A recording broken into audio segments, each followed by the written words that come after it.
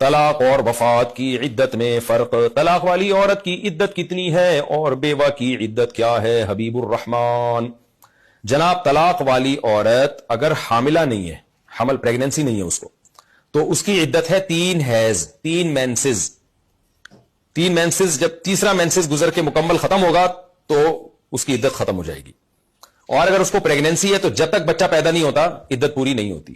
لیکن جو عورت بیوہ ہو جائے تو اس کی عدت ہے پورے 4 مہینے 10 دن، یعنی 130 دن۔ لیکن اگر اس کو بھی پریگننسی ہے تو جب تک بچہ پیدا نہیں ہوتا اس کی عدت ختم نہیں ہوگی، یہاں تک کہ اگر شوہر کا انتقال ہوا اور ابھی اس کو نہلانے کے لیے تختے پہ لٹایا ہے اور عورت کے بچے کی ولادت ہو گئی تو جیسے ہی ولادت ہوئی عدت ختم، یعنی شوہر کے مرنے کے 1 منٹ بعد بھی بچہ پیدا ہو گیا نا تو 1 منٹ بعد ہی عدت ختم ہو جائے گی۔